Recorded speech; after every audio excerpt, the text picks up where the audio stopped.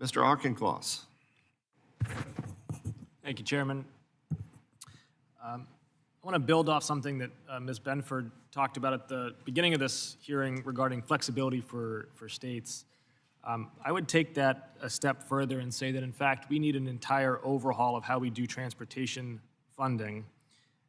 We've got to free our infrastructure from the grip of big oil and car-centric planning by handing highway funding and administration entirely over to the states and redirecting the federal gas tax to support more bottoms-up initiatives. The Highway Trust Fund is running such a massive deficit that the gas tax couldn't meet its needs even if it were 5 times higher. And what is doled out is allocated without reference to the metrics that matter most, like how well projects connect people to jobs, services, and one another. The driving metric is simply more vehicle miles. And to the detriment of state budgets, the federal transportation system incentivizes states to build road after road without regard to future costs of maintenance, operation, and environmental impact. The solution to this is not tweaks to the gas tax or tweaks to transportation funding, it's devolution. Congress should leave highway taxation and spending entirely to the states and commensurately remove federal red tape and regulations on highways beyond a minimum standard of safety so that states and cities can use their dollars to address local mobility with organic solutions.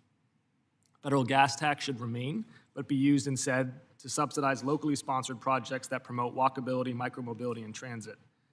This is going to have 3 beneficial impacts. First, it will give states and cities more latitude that will encourage local innovation and help us find better transportation solutions. Second, it will compel an honest accounting of the cost of car-centric infrastructure.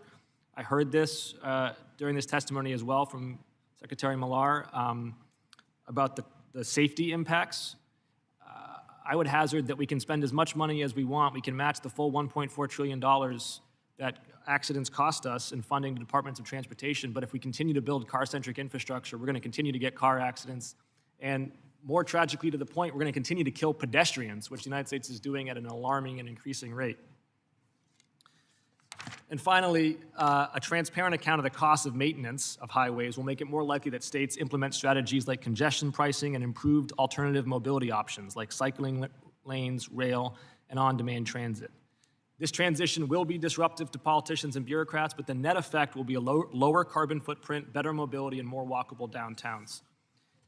And Chairman, I'd like to introduce to the record, submit to the record rather, the op-ed I wrote to this effect for Strong Towns. Without objection, so ordered. Thank you.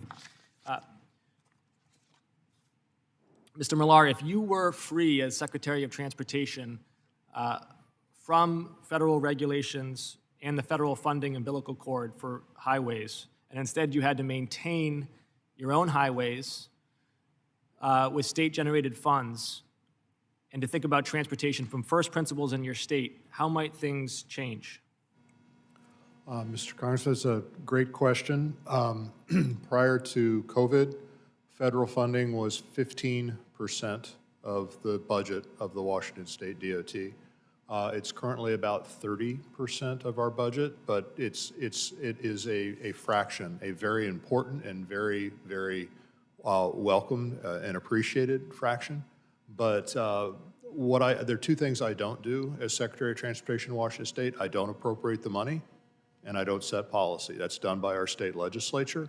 Our state legislature in the 23-25 biennium has invested $406 million in public transportation, invested $150 million in active transportation, invested substantially in decarbonizing our fleet. We're working with transit agencies across the state on decarbonization. If there's one thing I could do, and I've asked the legislature to consider this as they move forward, we have about 1,100 miles of highway, state highway in Washington State that go through population centers, not the limited access freeways, but you mentioned strong towns, the STROADs, the roads. You're a Strong Towns reader. I'm familiar with strong towns, yes. That's terrific. We have recommended a safety program, a competitive grant program specifically for state highways that go through population centers because we're trying to move people through those spaces while providing access to those spaces at the same time. And the need for pedestrian and bicycle and automobile safety investment is huge because the fatality rates on those highways are twice the state average. Yes. The serious injury rates on those highways are 3 times the state's average. Yes.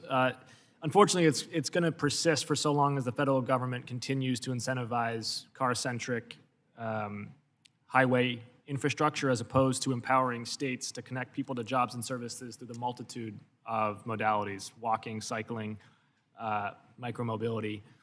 We need to let the states run their transportation systems and not be subsidizing automobiles. Yield back.